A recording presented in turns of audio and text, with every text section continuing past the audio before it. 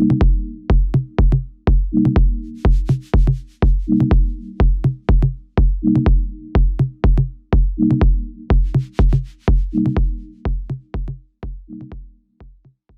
you very much, Kirsten, and welcome to everybody. It's really a privilege to be able to give this talk to so many of you today. I will try and do justice, Kirsten, to that wonderful introduction. Yes, I am an ichnologist. An ichnologist is a subspecialty of paleontologists, and we study tracks and traces. So I specialize in vertebrate ichnology. So in Canada, that is mostly dinosaur tracks, about 100 million years old. And in South Africa, it's mostly mammal tracks that are about 100,000 years old. So big difference there. Despite what the title says, I don't want to pretend to be an expert in climate change or an expert in our current predicament as a human species. But I think at the end of the show, hopefully you will agree that seeing things through the lens of ichnology it gives us a window, it gives us perspectives on climate change and on our predicament that maybe we wouldn't have been aware of otherwise, and allows us to reach some conclusions. So what I'm going to do is take you through some of the highlights we've had over the last 15, 16 years. Yes, we'll focus on elephants, and yes, we'll focus on hominins. But I hope, and we'll try and focus on climate change, but I hope at the end we'll have a robust discussion. So with that, I would just like to share my screen, if you give me a minute. So yeah, the reasons for those two photographs will become apparent pretty soon, but let's get into it. So just a few words from Canada first. The arrow indicates where I am there in northern British Columbia, in northwestern Canada. In Tumbler Ridge, a small little place, 2,500 people. And as Kirsten indicated, in 2000, that's my son on the right there. Our son, he was 8 years old at the time. They discovered a dinosaur trackway just below town. And that really changed our town. Soon we were finding dinosaur tracks everywhere once we knew what to look for. And our town just about closed down and became a ghost town, went the way of the dinosaurs, due to the closure of coal mines. But ichnology and the tracks actually helped to save our town. We're still here 25 years later. And so that's just an example of some of the dinosaur tracks that we find. Very soon, we realized we needed support from industry. Here we have someone bringing a tyrannosaur track in minus 34 degrees Celsius weather into our museum. And we started working out we can go into canyons and use rock saws and get helicopters to fly things into our museum. And also very important to have the right contacts. So when we use a crane to bring tracks into our museum, that's our mayor. He's our crane operator. And we have our MP joining us at our dinosaur track sites. We have him there up on rope at one of our dinosaur sites. So these contacts are very important. And then we've opened up some of our track sites to tours, just two of them. You can see a theropod footprint at the bottom center there. So we've got lantern tours and daytime tours to our dinosaur track sites. And we created a museum and a dinosaur discovery gallery. We opened it a few years ago. And the focus obviously is on ichnology. And so that's helped to keep our town alive. And as a result of all of this work, that's a map of British Columbia. And you can see everything from the rest of the province has come into our little community of 2,500 people.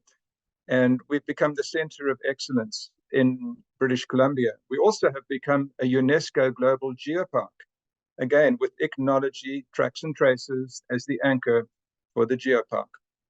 And that promotes tourism. It does lots of good things like that. And so before I get into the South African stuff, in my defense, I'm living in Canada, but I'm working on things which are familiar to South Africans. That top there is a crayfish, a lobster, which we found here. It looks just like a lobster off the west coast that you could eat. We work with crocodile traces, but giant crocs. The biggest crocs today are about 6-7 meters long. These are 12 meters long. And as any good South African knows all about coelacanths, well, we've done a lot of work here on coelacanths, and we've actually found a whole new subfamily of coelacanths in our area. So that's all been lots of fun. I spend about 6 months of the year tracking in snow, and that's where I hone my tracking skills. We're out in the snow every day, and you can see things much better in snow than you ever can in sand or on rock. And so this is where we learn the principles. So moving on to South Africa, the arrow indicates roughly where I live. When I go back to South Africa, still to my mom and dad's old home in Great Black River. And that's me and my wife, Linda, on the beach in South Africa. And this here just lets you know that between Arniston and Robert, that's been the area we've focused on mostly. We've been at it for 15, 16 years. And in 350 kilometers, we have found more than 350 ichnocytes or vertebrate track sites. The top map there with the arrows, you can also see the South African coastline, but that also shows what we call the Palaeoagulous plain. So during the ice ages, the Pleistocene, when levels were a lot lower than they are right now, there was a huge area there that was exposed. And it had its own megafauna and all sorts of things, which we might get onto today. Anyway, most of our tracks are in the Barnes-Krantz Formation, Pleistocene or ice ages. They are cemented dunes called aeolianites, and they tend to be from between 35,000 and 400,000 years old. That photograph is at Arniston. So this is the climate change slide. And what, the present is on the left there, far to the right is just around 400,000 years. And the dotted line, kind of 80% of the way up, the white dotted line, that shows sort of a mean sea level. You can see that through most of the ice ages, the levels were way, way, way lower than they are today. And the coastline was as much as 100 kilometers, 120 kilometers south of where it is right now. But at the far right, you can see MIS 11, and the sea level was higher than it is today by as much as 13 meters. And then about a third of the way from the left, it says the last interglacial MIS 5E. That was at about 125,000 years ago, and the sea level was 7 meters higher than it is today. And then right at the far left, we're sort of heading up there again. So the bottom line is, and I'm thanking my colleague, Dr. Haley Cawthron, for this slide, but we've been through all this before as a species.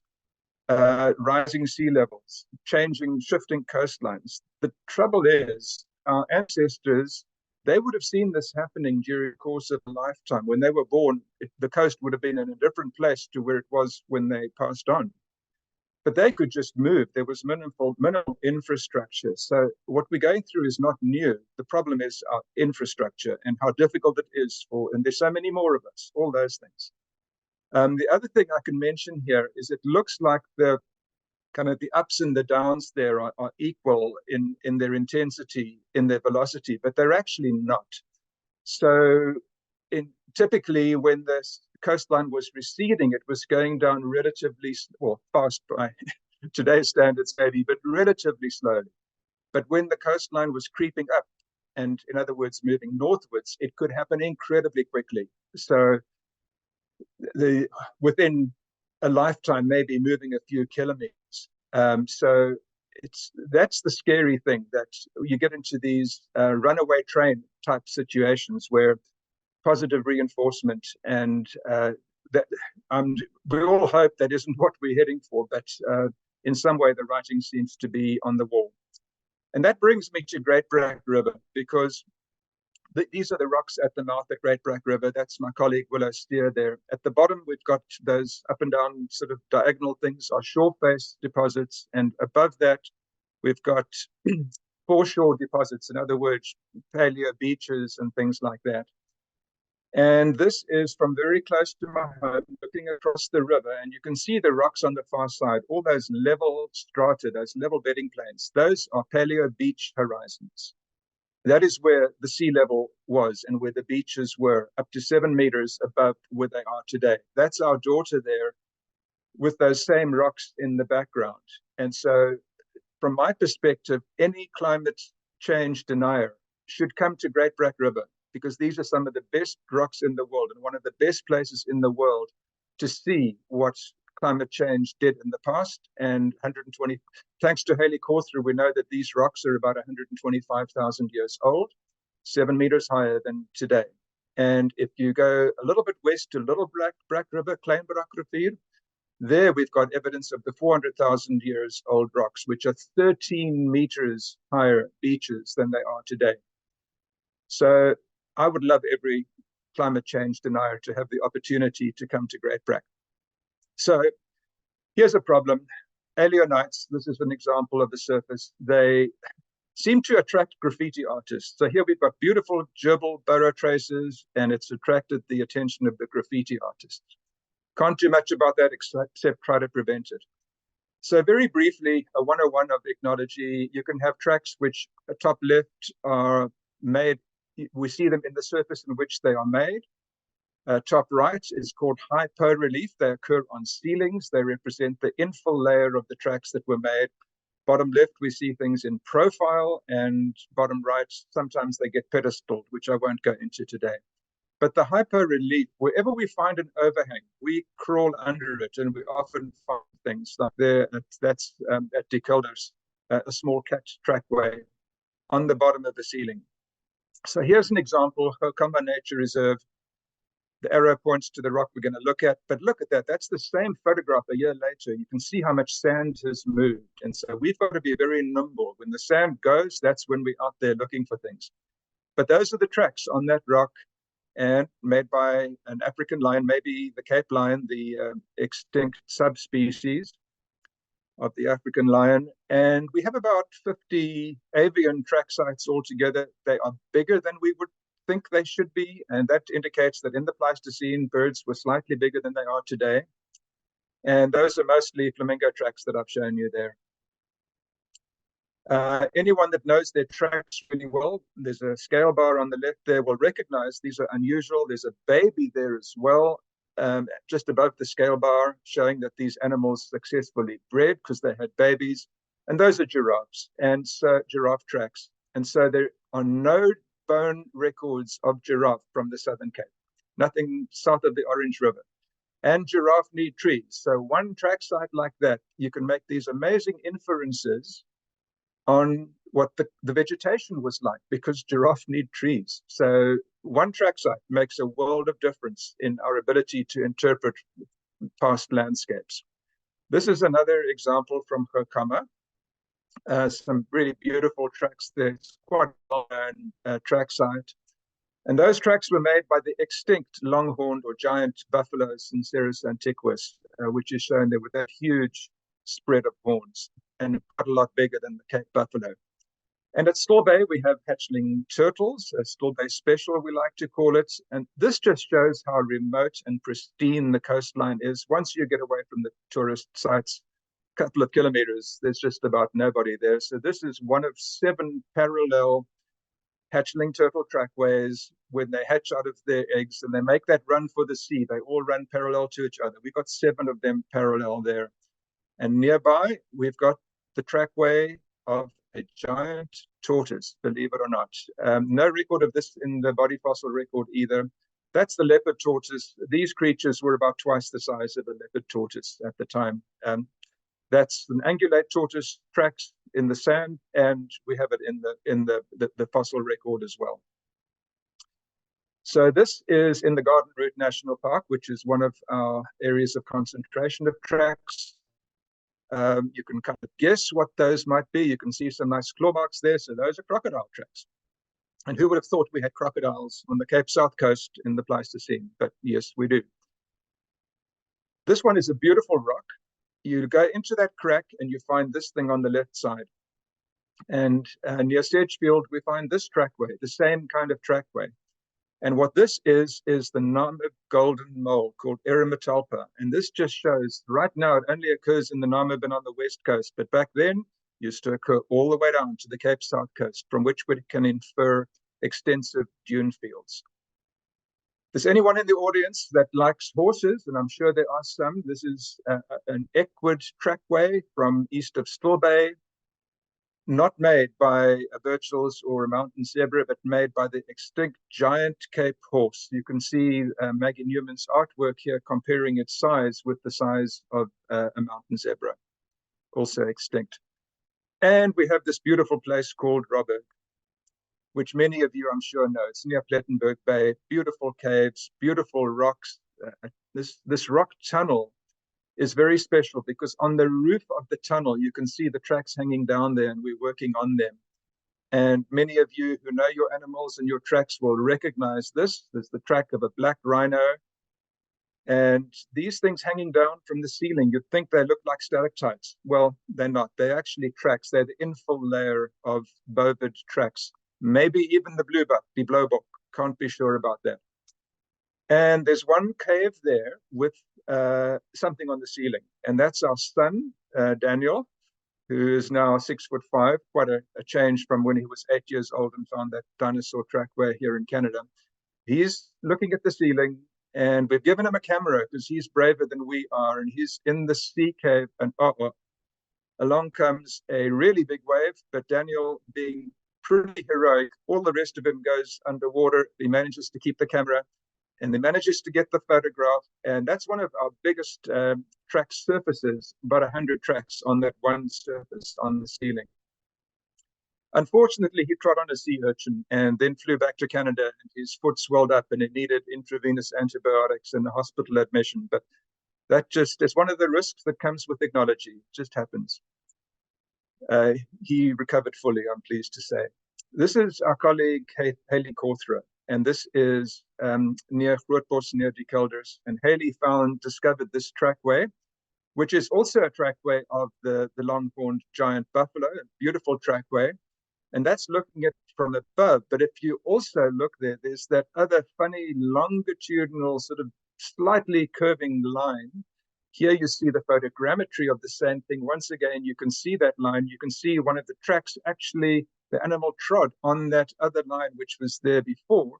And this was the first example in the entire world, believe it or not, of a snake, in this case, a puff adder, leaving a trail behind it. Puff adders, that's the kind of, they don't wiggle and squiggle. They leave, most of the time, they leave rectilinear traces like that. And these are coprolites. Believe it or not, we also find evidence of the fossilized dung of creatures. This is probably Bontebok dung that is fossilized. Now, I would almost guarantee you that most people walking along the coastline, and this is in Gokama, you'd say, well, that's a nice rock, isn't it? It's a pretty rock. Look, nice formation. Well, those are all elephant tracks, and you have to get your eye in to know what these things look like. But those are about 75,000-year-old elephant tracks. We're now onto elephants, as I promised you. So there on the left, you can see 1, 2, 3 tracks. It's a whole trackway there to the left of the scale bar, and to the right of the scale bar is that long groove thing. And here we're looking at it from a different angle. You can see the groove sort of moving up to the left there, and just to the right of top center, there's another groove, and in chalk, we've outlined one of the elephant tracks or 2 of the elephant tracks there. So that's what elephants do. They walk along, and often it's a lone bull, often in must, and it will drag its trunk. So those are the first elephant trunk drags ever identified in the world. We've got 35 elephant track sites, by the way, along the Cape South Coast that we've identified. And this is showing you what dinosaur tracks look like firstly on a paleo beach on the left there in Australia, and the top slide is what dinosaur tracks look like in profile from China. And if I show you this, you'll see elephants and dinosaurs. They were both the biggest creatures of their day. And so our elephant tracks look very much like those dinosaur tracks. Here you get some variants. A lot of people like the top right one because that's Guy Thiessen underwater measuring an elephant track for us. The one at the bottom right is a beautiful elephant track with the track of a longhorned buffalo that happens to be registered right in the middle of it. And at Robberg, we've actually identified the biggest tracks in the world since the age of dinosaurs. They're about up to 70 centimeters in diameter. But there's a lot more to elephant tracks. This is at Hartenbos, and at in the Garden Route National Park on the left, Hartenbos on the right.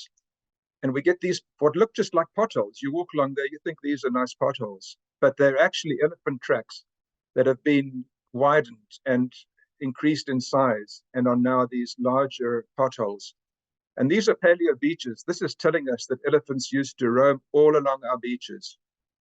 And here is the clincher. There's an elephant track middle at the far left there in the sort of center from top to bottom. There's another one just left of center. And then on the right, you can see something filled with sand, and that's the pothole, just showing how some elephant tracks are still tracks and others have formed into potholes. And this is possibly the coolest thing we've found so far with elephants. And this is in the Jehoop Nature Reserve. So you're just looking there, center bottom, there's that feature with all the concentric rings in this wild and remote nature reserve on the Cape South Coast. There's also a gap just ahead of it where fortuitously we lost the surface is gone, and we can see an underlying layer, which is critical but very fortuitous. Here we have the same thing. Scale bars are 10 centimeters, by the way. And here we're looking at it from a different angle, showing you those grooves, those parallel grooves in the layer underneath, and once again, the concentric rings and their juxtaposition. And so here we have the grooves, top right, and the rings on the left. This is photogrammetry, which is, by the way, taking about 40 photographs and using a computer program to generate this false color image with scale. And that's what the grooves look like. Now, here's another clincher. Linda, my wife, found these within about 2 meters away, and these are elephant tracks in profile. So we're confirming all of this with elephant tracks. And at Hartenbos, there's another example of the same thing. You can see just next to my foot there, to the right of my foot, there's a big elephant track. And there is these parallel groove and ridge features. And we found this in 3 or 4 places. This one in Fokama, where we get elephant tracks and we get these grooves and ridges, which is very, very weird. And so our interpretation is that this is elephants that leave a trace fossil signature when they communicate underground through seismic waves, what's called infrasound, very, very low frequency waves. There's been a lot of research on this recently, but no one ever dreamt that there could be a trace fossil signature of this. But surprise, surprise, the SAN knew about this. And this is thanks to my colleague, Andy Patterson. These are tracings of Bushman or SAN rock art mostly from the Karoo and the Cedarburg.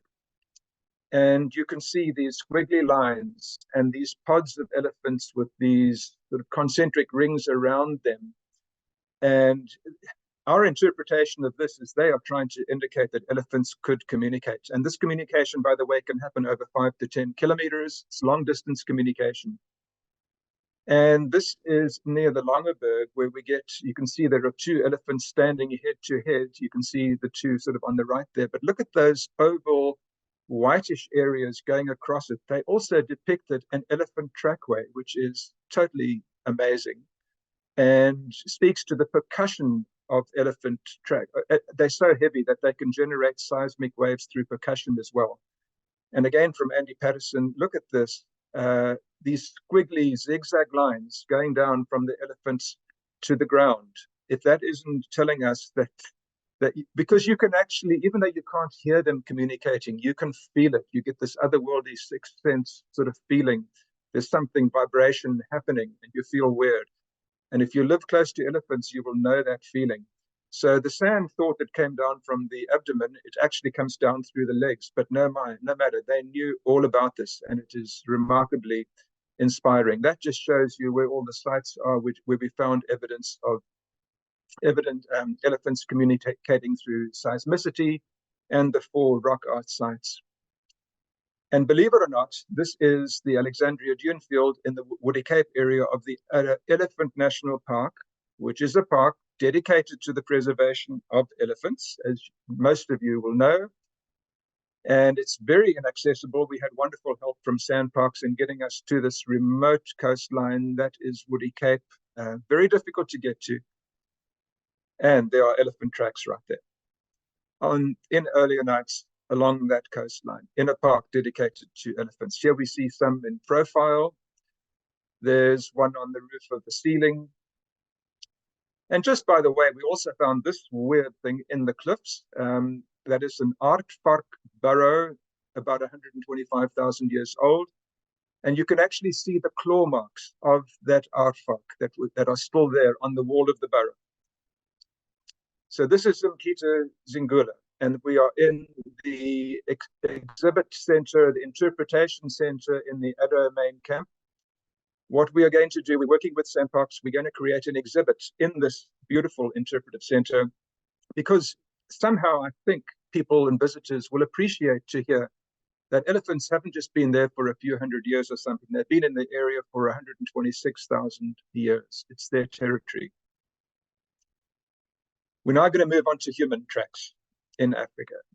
So we call it the Great Serendipity. It just so happens that this area, an area where our ancestors, Homo sapiens ancestors, and I don't claim it's the only area where this happened, but it's one of the areas. But it happens to be exactly where the best preserved rock record in the world from this time is found. Didn't have to be that way, but we are just so lucky. So before we started our work, these are the oldest hominin track sites in the world. You can see there's one from Nahoon and one from Longabon. For the rest, they're sort of all over, most from Africa, some from Europe, etc. And then there are a lot of more recent sites, but we've added to this list of the old sites. We have now added 15 sites from the Cape South Coast to this list. This is Brenton-on-Sea. Here there are 9 hominin track sites within 1,500 meters. Nowhere else in the world do you get this kind of density. But here's the bad news. That's one of them. The graffiti people got there before we did. They've wrecked it. We can see they look like hominin tracks. We cannot interpret them. It's just chock-a-block full of graffiti on the floor of the cave there. This one is better. There's my wife, Linda, and our friend, colleague, Guy, in 2015, walking into this cave and finding this on the ceiling.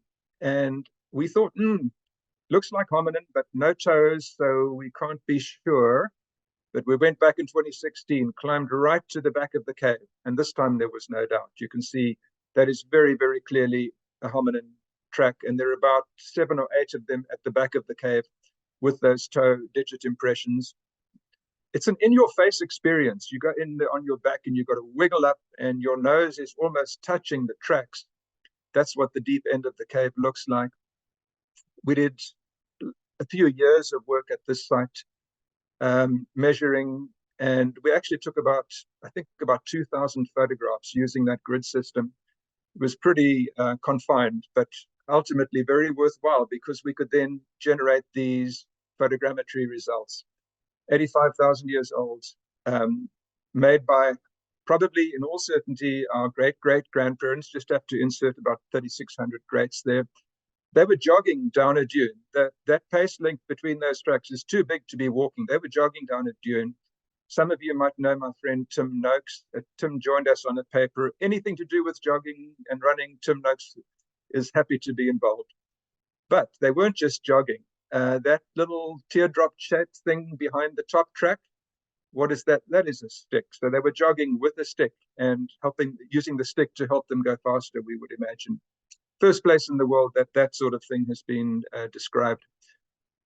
So we managed to get our kids, Daniel and our daughter Karina, and that's my wife Linda, back to show them all these exciting finds. And we just kept finding stuff at Brenton. This is a site we found a couple of years ago. This one was a little bit tight, bit difficult. And this guy trying really hard, not really succeeding. So what we did, we brought in our colleagues in the speleology group, and that's Sinead Hutting, who, and the speleologists just love this. Imagine the joy of being in a real tight little cave-like thing and having hominin tracks on the ceiling. And they've been able to help us with things like this. Hominin tracks outlined in chalk. You can see there's actually a baby track on the right, bottom right, if you can see that. Another stick impression on the left. So this is another one, also at Brenton, a third hominin track web. But as I say, we've got 9 sites there altogether. One of the sites has these ancient lithics or stone tools from the Middle Stone Age, plus bone material. And thanks to our colleague Fred van Berkel, who's joining us today, part of the audience.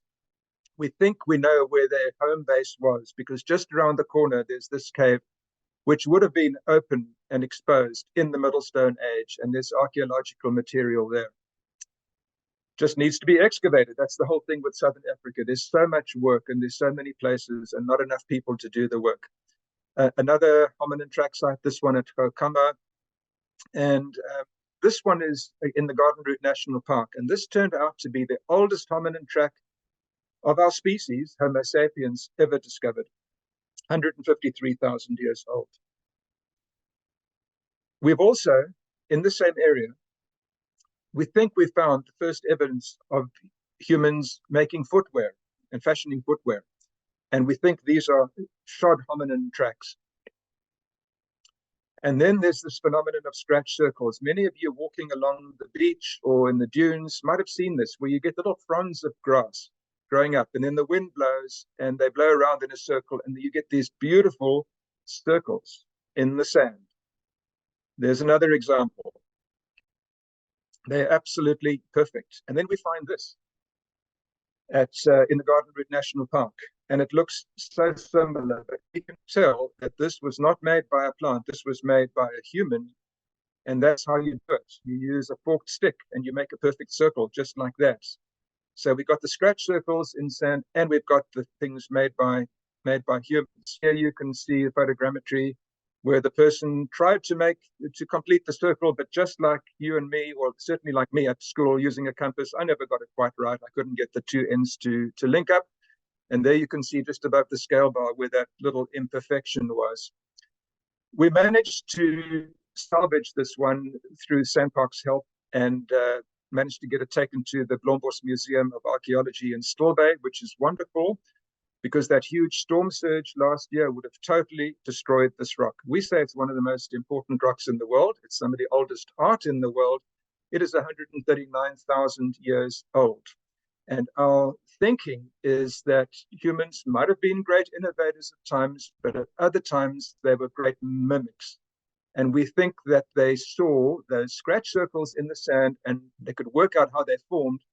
Hey, I can do the same with a forked stick. And once you've made one, imagine the joy that the first time that happens to one of our Middle Stone Age ancestors. I would imagine they started making those circles in the sand all over the place. So it looks like the oldest art was made in sand. This is another example at Te Hoop.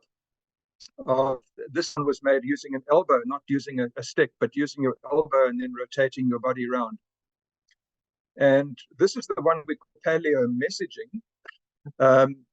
All these grooves, these parallel grooves, and there you see our photogrammetry. You can see that's a footprint there on the right with the grooves on the left. So we call this the paleo messaging, just for fun. We don't know what they mean. And this one is east of Stilbaai, and you can see on the left there, that's what the rock looks like. On the right, you can see something from Egypt, a fertility symbol. They look so similar. This is 134,000 years old, and this happens to be about 30 kilometers east of the very famous Blombos cave, which has also got paleo art. So things start to fit together. And this is an article in The Conversation, because once again, that rock would have been destroyed by the storm surge. We couldn't bring it out by truck this time. We had to get a helicopter, which we did, flew it out, also in the Blombos Museum in Stilbaai. So anyone who wants to see these rocks, they are on exhibit. We say these are some of the most important rocks in the world, as is this one. So that looks rather like a weird rock, nicely symmetrical. It's got a funny symmetrical pattern of grooves on the surface. And on the left, you can see what the rock looks like. On the right, you can see a blue stingray, which we've sort of plastered onto our photogrammetry of that rock. You can see how similar they are. And so our speculation, we don't know for sure, but our speculation is that they traced this. It's so good. The outline is so real. And when you look at this thing from the back, there are more and more levels of symmetry. There's a tail stub. So we suggest that tracing happened here, and that tracing was a stepping stone between abstract art And what you see in Western Europe 40,000, 35,000 years ago at places like Chauvet Cave and so on. Otherwise, you can't explain how that cave art just emerged out of nowhere. We say it was there all the time in sand, but the Cape South Coast is the only place where we've got these deposits actually preserved so we can see what our ancestors were doing. They then had 90,000 years to work on it and hone their skills before the art emerged in Western Europe. Now we're getting towards the end now. This is, to me, something that's really, really precious. And this is Koma and Kulche. They are from northeastern Namibia, the Nyanyai Conservancy. They are indigenous master trackers. There are probably about a dozen hunter-gatherers left in southern Africa, and these are two of them. And we managed to invite them down and bring them down to the Cape South Coast for a magical 5 days late in 2023. And so what they've got is this knowledge accumulated through generation to generation over the last tens of millennia at the very least. And they learn it from an early age, from their earliest age, from their earliest memories. They're learning how to track and how to recognize things. And they know things at a level that someone like myself who got into tracking, later in life, or even if you start off as a regular student, it's not the same as learning it from when you were an infant. Here we are at Brenton-on-Sea, and yes, hunter-gatherers today have smartphones. They've been given iPhones by a cyber tracker, Louis Liebenberg, and his group. So when they do their tracking these days, they are communicating with experts, which is a fantastic thing to see. That was the first time one of them had seen the sea, by the way. And here we've just taken them into the cave with the hominin tracks on the ceiling, and they're emerging, and they are, one of them just said, my heart is just thumping. I can't believe, that we saw the tracks of our ancestors on the ceiling here. Very, very inspiring. And we took them to a number over the 5 days, a number of our sites, including ones that puzzled us, and we got their insights, which were absolutely wonderful. This is at Dana Bay, and so this whole thing of tracking and technology is ripe for citizen scientists to get involved. Alec and Ilona Birch live in Dana Bay, and this rock has been covered up by sand for the last 10, 15 years, every day, except for about 2-3 days a few years ago. And all of a sudden the sand went away, and they got that trackway there. Here is the photogrammetry of the trackway. We thought, couldn't be sure, but it looked to us like a brown hyena trackway, the Strandwolf, which would be 400,000 years old. We showed it to our indigenous master trackers, actually excavated, dug away all the sand to re-expose it. And then we showed them our photogrammetry, which they were very comfortable with and absolutely confirmed. We're about to publish a paper on that. And these are ostrich tracks, which we had totally missed, which they said, don't you see the ostrich tracks? I said, won't you please outline them in chalk, which they did. Okay, once the chalk is there, well, of course they're ostrich tracks, but you need their expertise to know what you're doing. We showed them this one, which is, I believe Rene Rust is in the audience today. This is a site very close to Rene's home. And it's clear, well, it's not absolutely 100% clear, but the overwhelming chance is that this is a pangolin trackway, which would be the first of its kind in the world. And you might all know pangolins are facing incredible challenges these days. So we want to publish on this probable pangolin trackway. And we're hoping that it will help to bring attention to the plight of pangolins across the world. So just in summary, what do we have? These climate and vegetation implications, extinct species, range extensions. The trace fossil record complements the body fossil record in a wonderful way on the Cape South Coast. These things come and go very quickly. They're buried for hundreds of thousands of years. Once they're exposed, erosion takes its toll. So we've got to be dynamic and nimble, get there soon after storm surge events. There are the implications for elephants. They used to be all over the beaches. The bone record does not suggest that there were lots of them. The track record says they were everywhere. The bones were basically too heavy to carry to your home base. That's why we don't find them in the archaeological sites. And then our perspective is that these are some of the most important rocks in the world. So, for example, that amyglyph, the circle feature made by the elbow at Te Hoop, we could recover that by helicopter, and we think we need to try and raise funds to do that.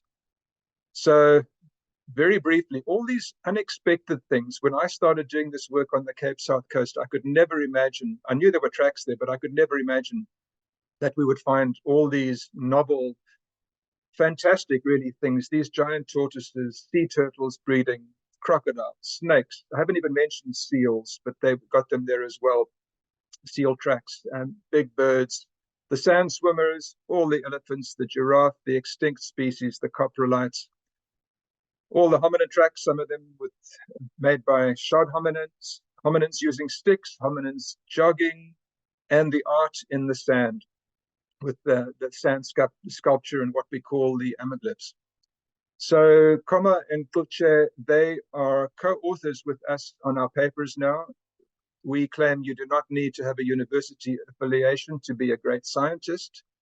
One of the ways in which because Louis Liebenberg, just to remind you, said that tracking, the art of tracking, is the original science. So they are scientists. We believe they are worthy of being on our papers as co-authors, and it's taken our work to a complete new dimension, having them on board with us. So there I am at Great Brack River, coming back to Great Brack. I'm drinking a Windhoek lager. I'm very lucky because with binoculars, if I look at those rocks, I can see some tracks. But those tracks are made on the paleo beaches that are 7 meters above today's beach level. And that is the scary thing. So they're beautiful rocks. I love looking at them, but they are a reminder of the predicament that we're in and where we seem to be headed. And I think I'm just going to conclude with this. Just a question here. Do we try and recover or do we try and replicate? Replication through photogrammetry, we can print off through 3D printers. We can make one-to-one replicas or whatever size you want. So we have a digital record. If we recover, we have to carry out or fly out, which costs money. There's always the risk of damaging what you're trying to recover. And some people say, just do nothing. These things have been coming and going since time immemorial. Why don't you just leave them, let nature take its course? Our perspective is, no, these things are worth saving. That might be the last slide. That's it, Robert. It just symbolizes the remoteness and the beauty of the coast with an elephant trackway on that rock slab there. So my final message, especially for those of you in South Africa, especially an audience that's as engaged as you are, we would love you not just to look down, but to look up under ceilings, look sideways, look for things in profile, go into caves. If you find something, take a photo, please. Get a GPS for us and let us know what you find. We try and respond to everybody that brings these finds to our attention. There's my email. I'm sure Maret can share it with everybody who might be interested. And I think that's the last slide. So thank you so much, everybody. I'll be delighted to take questions if there are any and go from there. Thank you. Charles, that was absolutely amazing. I think that we could all say that you and your team are rock stars indeed. Absolutely amazing. Thank you so much for that talk. I think that it's no wonder that you've written a children's book. I was going to say your vivid imagination, but you don't need vivid imagination because it's actually all around us. And I think you've opened up my eyes. And I'm so excited to go to my closest beach, De Calders, and go and find that puff adder and the buffalo tracks. I'm very excited. I have a tiny little question, which I don't know whether I got it wrong, but did you say that there were no giraffe bones that were found? And what is the reason for that, if I'm right? Well, you're quite right. I mean, further north, you're going to find giraffe bones, but nothing south of there are no historic records south of the Orange River. And, along the Cape South Coast and the whole Cape Coast, there are so many archaeological sites that the body fossil record is outstandingly good. And there are very few in the world that are of that quality, but no giraffe bones. And the reason, it's what we call the Schlepp effect. it's too much of a schlep to carry a big giraffe bone back to your cave. And it's the same. That's why we don't find that there's no evidence in the body fossil record of the giant tortoises either. They're easy to catch and to kill, but you cook them on the spot. And you do a tortoise braai right there. You don't bother to carry it home. That's why you find the little angulate tortoise bones in these caves, but you don't find the big ones. And so you're absolutely right. And so that just shows how, you think the body fossil record tells you everything. Well, it doesn't, because it misses things. And you never know what you don't know until you find something like this. So one giraffe track site, you've changed the understanding of the paleo environment. I'd love to just read out a couple of messages that you received. First of all, I'd like to say that the chat was incredibly quiet. And it's not because people are not interested. Everybody has just been absolutely captivated. And yeah, so the messages coming in are, thank you for a wonderful presentation. Thanks, Charles, quite brilliant. Congratulations on your work over the past 20 years. We are also lucky that you found your second life calling. Best wishes. That's from Timothy Noakes, who you mentioned earlier. And Cheryl Ogilvie, who's a lecturer at TUT, Schreiner University of Tourism, of technology, sorry. She has just said that her students get based in many reserves throughout South Africa. Hope they will now be observant and report possible sites. Please add your email address. Thank you. This was an eye-opener. I'm sure Maret will do that for you. Okay, so a question from Octavia Ngumane. Is it feasible to compare the climate and weather from the past to the present while conducting research on these tracts? So we can, and then the rest is actually, here we go. So we can examine if the environment where they lived has remained the same over the years or if it has changed. Shall I reread that, Charles? Or are you fine? Yeah, I can try to answer that. Yeah, so, I mean, that graph that I showed you with the raised levels on the two occasions, 113 meters and 17 meters, and now all the indications are that we're heading the same way. I mean, that is very, it's maybe not surprising, but it's very worrisome. And so what I'm hoping is that, and it's already begun to happen, is that we're getting master's students, and maybe we'll even get some PhD students to tackle exactly those kinds of questions. And to do that, we really need more robust dates. So far, we've dated, I'm going to guess, about 20 rocks. But we need to go orders of magnitude bigger than that to get an understanding of the whole scenario. So the answer is yes, it is possible. We haven't done it yet, but it is absolutely possible. And what we want to see is what the work that we've done is not the end story. It's the beginning of the story, and it leads to master's and PhD theses and things like this, and a much bigger understanding. And again, working with the body fossil paleontologists and recognizing our strengths and the deficiencies. We've both got biases. I've mentioned the absence of big bones, for example, is a bias that the body fossil experts have. But we have biases too. It's easier to see tracks of big animals in the sand than small animals. But we've kind of got a census of what was traveling over the dunes. But it's not perfect. So we've all got biases. They're different biases. And so when we pool our knowledge and our resources, we do better. And so we're hoping to do much more of that. I just want to say also, I love the suggestion about the De Hoop collection, because there's that, I haven't seen it myself, but I've been reading about it, the beautiful new exhibit at De Hoop in the De Hoop collection. And here we have the elephant seismic communication. Well, we cannot actually recover that by helicopter. It's not recoverable, but we've got the photogrammetry. We can make the 3D replica, and we could interpret that within that collection. And we've got that amyglyph made by the elbow, the circle thing, and that is recoverable by helicopter. And that needs to be recovered. And what better place? One would have to obviously talk with Cape Nature and see how they would feel about it, where they would like it to be. But to me, it would make perfect sense. Keep it in the nature reserve, especially when you've got a beautiful place to exhibit things, which already attracts tourists like that. Thanks, Charles. I see that Dr. Neil Wilson has his hand up. Neil, do you want to go first? Yeah, great. Can you hear me? Yes, I can, Neil. Yes. Hey, Charles, great to see you again, mate. Yeah, I've got a few questions for you. Yeah, none of the Rondebosch old boys, UCT old boys variety, but going back 6-7 million years ago to Langebaan Weg and the paleo mouth of the Berg River, which I did my first master's on at UCT at the Fitzpatrick Institute. I studied game bird fossils, which are incredibly well preserved in that one of the richest pre-Pleistocene sites in the world. And anybody interested in the Cape or visiting can go to that museum at Langebaan. Now, my question is, have you found, I studied the franklins, the fossil franklins, which were most similar morphometrically to the gray-winged franklin. They were undoubtedly a different species, which is difficult to, quantify, but maybe an ancestor of the gray-winged franklin.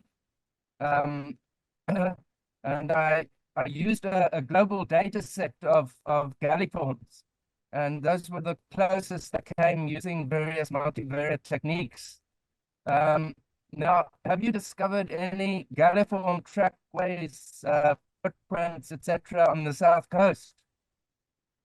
Right. So it's as you'll know, Neil, bird tracks can be challenging. They're not always that easy, but we think we have found crane tracks, and we think we have found spur fowl or guinea fowl tracks. I mean, that's our conclusion, our interpretation. It's interesting, though, that you mentioned Langebaan, which is Pliocene. And so one of the things we're doing, which I haven't spoken about today, but we are trying to extend our work from the Pleistocene, the ice ages, into the Pliocene. And because there are deposits, they're inland, they're not really on the coast. They're maybe 10, 20 kilometers inland, but there are lots of them. They're about 2 to 3 million years old, probably about 3 million. So late Pliocene, a little bit later than your stuff at Langebaan. But we're very much aware of Langebaan. And again, here, if we find tracks in the Pliocene deposits, then we can collaborate with Pippa Harthoff and her team at Langebaan because we'll have the bone material and we'll have the track material. And I can say things are looking very promising in our Pliocene deposits. So we're anticipating that that's going to happen as well, which is really exciting. So we're trying to extend, we're not trying just to be confined to the Pliocene. We're working now. Thanks, Charles. It looks like Neil is happy. Right, so I see that there's a message from Nicholas Rust.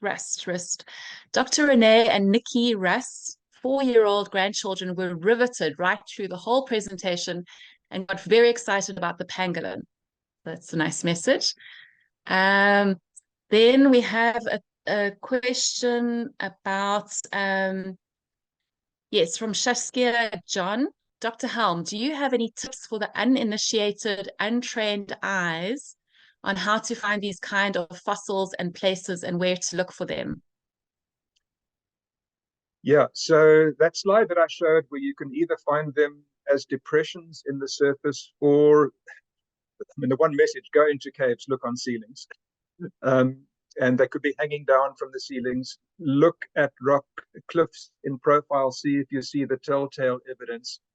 But the first thing you need to do, you need to be sure that you are in rocks of the right age and the right type. So if you're on the Cape South Coast, you'll very soon get to know which are the oleonites, because you also get much, much older deposits from Table Mountain Group, Peninsula Supergroup, things like that, which really look completely different. But, there are mimics, there are lookalikes as well. That's the problem. So there are things that look like a perfect hominin track, and there's actually an example in Mpumalanga province where tourists go to see this giant human track. There's only one, and, we can analyze it and say, well, it just happened to look that way. It's not actually a human track, but it looks like it. Looks like it's made by a, skull of a massive giant person. So you've always got to be careful when there's just one. You know, a trackway is much. Once you've got a trackway, 3 or 4 tracks, you know you're home and dry.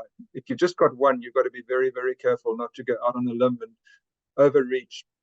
But I think if you're interested, if you want to become a citizen scientist, you know, the one thing you can just do, go out there, see what you find, let us know, send us an email. So what if you get it wrong for the first few times? Doesn't matter. You know, we all just work together and we'll hopefully help you hone your skills and get better at it. But many of these discoveries that I've shown you today started off with citizen scientists bringing things to us because we cannot be everywhere all the time.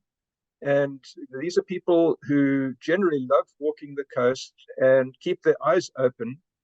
And for example, that circular amygdala, that big circle made by a human 139,000 years ago with a forked stick, that was discovered by Andre Brink, the citizen scientist. His wife, Emily, found the stingray.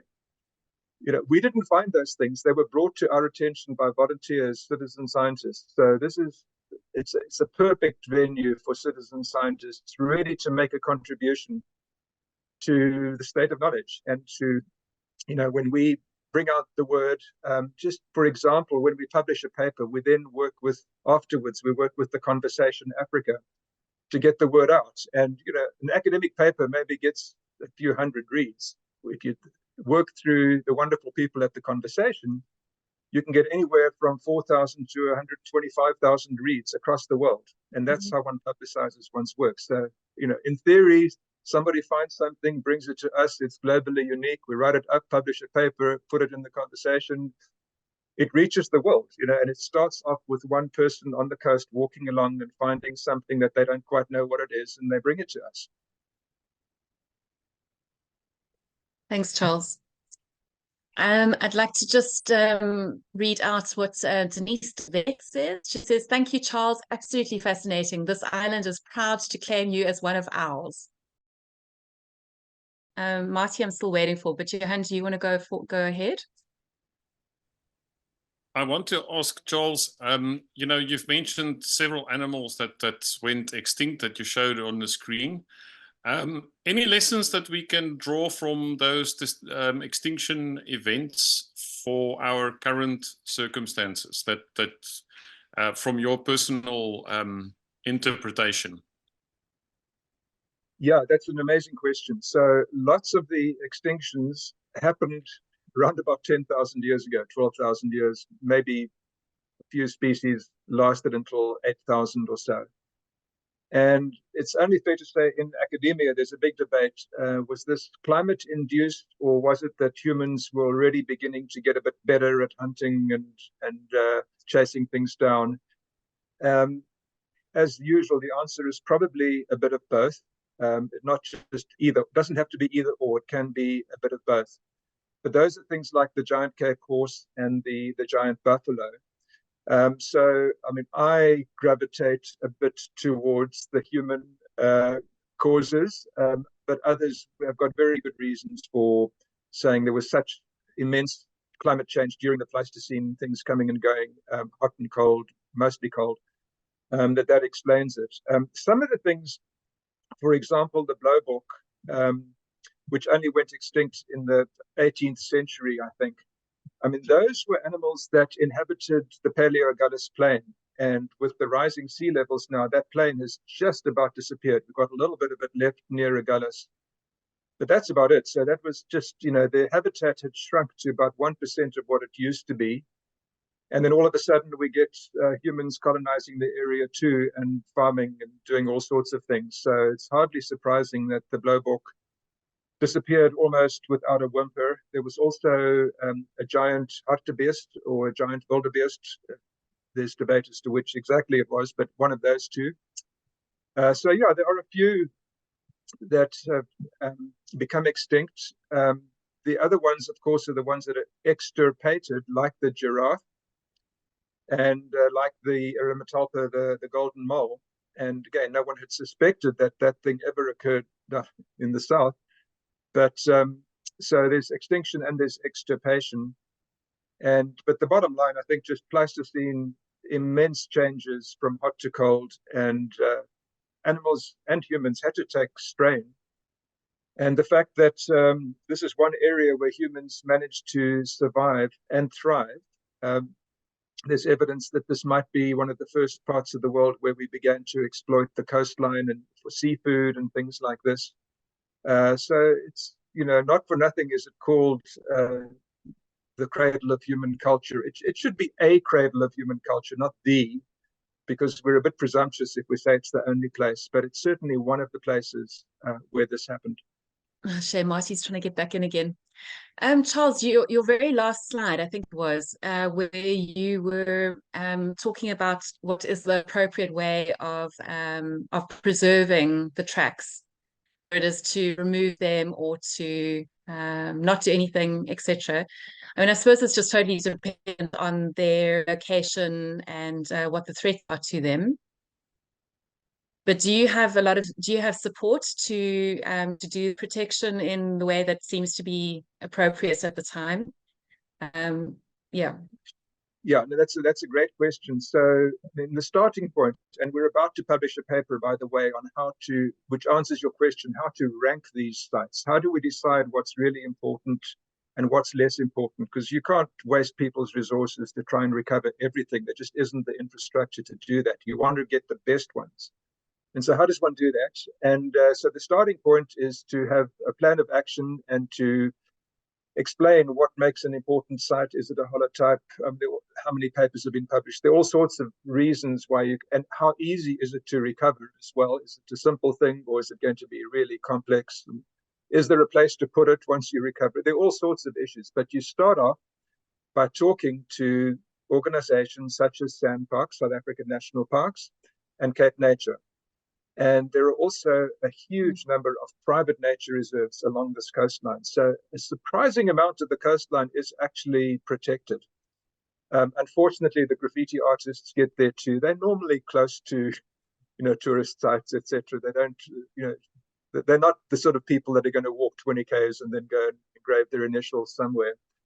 But we think our research paper on this topic will get the conversation going at least, and then you can work out how best to do it. And ultimately, it's going to be on a case-by-case basis. If something is in a nature reserve, let's take De Hoop example again. There is a place where it could be exhibited close by. It's of a weight that a helicopter can pick it up, yes. So there's a lot going for that one, whereas other ones, they might be really important sites, but there's no ways we can do this. Let's do our photogrammetry, get that and make a replica and go that way. So there is a case-by-case element. Okay. Charles, I'm going to try Marty one more time. Marty, would you like to unmute yourself?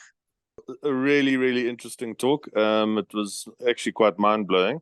And I just couldn't stop thinking about Lionel Richie's song "Dancing on the Ceiling." So there must have been a couple of those early hominids who were related to Lionel Richie.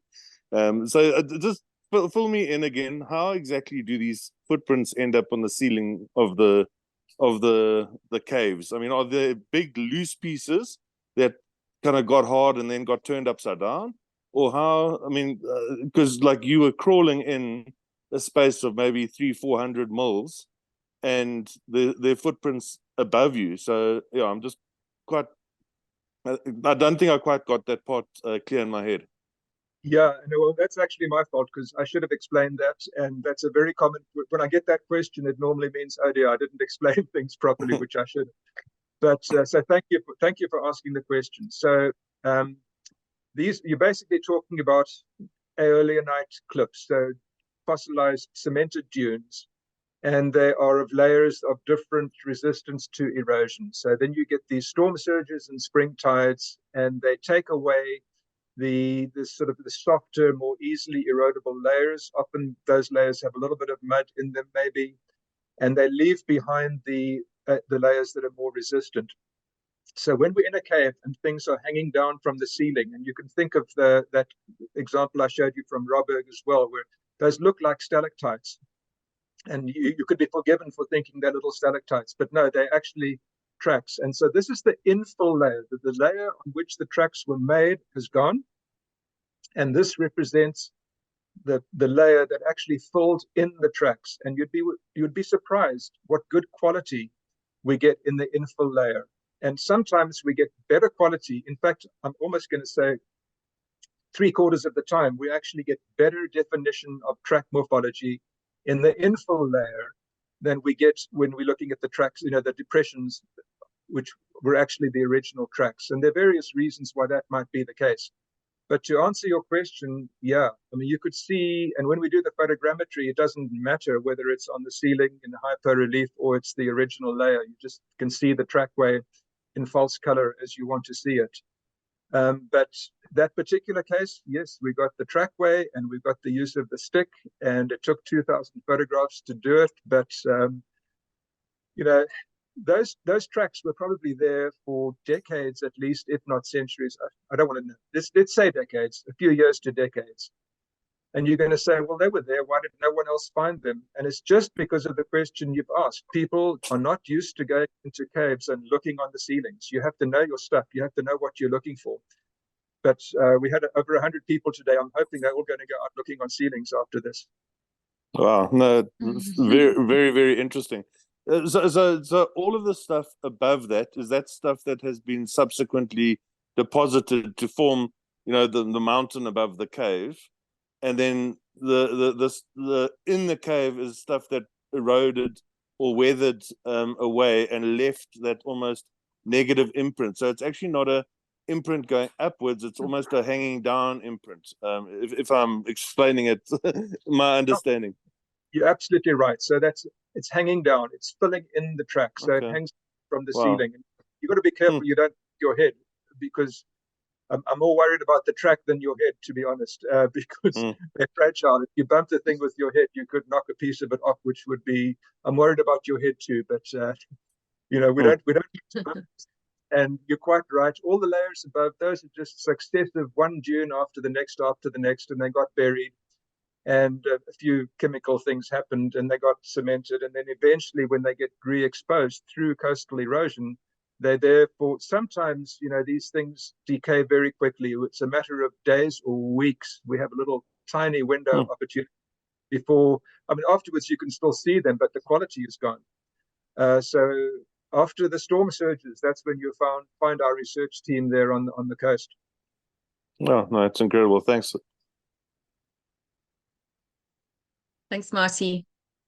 Charles, just a couple of comments, and then I think we should start wrapping up. There's a comment from Betty Ranger, and she says, it's great and very insightful presentation. My personal opinion is that it is best, as much as possible, to have an interpretation center around such sites, which then allows the surrounding community to benefit from the finds, economically or otherwise, and also for the rest of the visitors to appreciate the location of the finds and the inherent meaning thereof. I think that's a great suggestion. And, we are always trying to think of empowering local communities and how, if the work we're doing, we're hoping that it can somehow support local economies and local communities. And that would be an absolutely perfect way to do it. So that's the point very well taken. Thank you. Mm-hmm. Thanks, Betty. Scott Thompson, I think you probably might know him. He says, looking forward to if we find any trackways when we clear the rocks at Great Black River mouth of Roykranz with the new funding. Any predictions? Well, Scott Thompson is a friend and colleague from Great Black River. And we're actually, those rocks, those 7 meters above the Paleo Beach rocks, we're actually working, some of them are covered by Roykranz now, unfortunately. So Scott and his team have got funding to clear those rocks because, this is a place that people could come and see. And I was a bit flippant maybe when I said all the climate change deniers should come there. I mean, everybody that's interested, because it just, you read about these things on your computer screen or wherever. There's nothing quite like being there and seeing, oh my goodness, this was the sea level, this was the beach. Experiencing that firsthand. And so the work that Scott is talking about, that's going to expose a lot more of those rocks, and it's going to be a better site, a more interesting site to behold, thanks to that work. So I'm also very much looking forward to seeing what Scott and his team come up with, and then who knows, because those beaches, and I'm also walking on the beaches, humans were there, we found some stone tools there as well. You never know what we might find. on those paleo beach horizons once we've cleared the workarounds. Well, I hope you keep getting lots and lots of funding for the work that you're doing. And yeah, I think that's it, Charles, for this evening. I think you deserve a rest now. And it's you're going into your day. We're all going to sleep now. But yeah, have a great day, and thank you so much for sharing everything with us and your nations. It's been wonderful. Thank you, Kirsten. It was a great privilege for me. I really had fun. Thank you so much.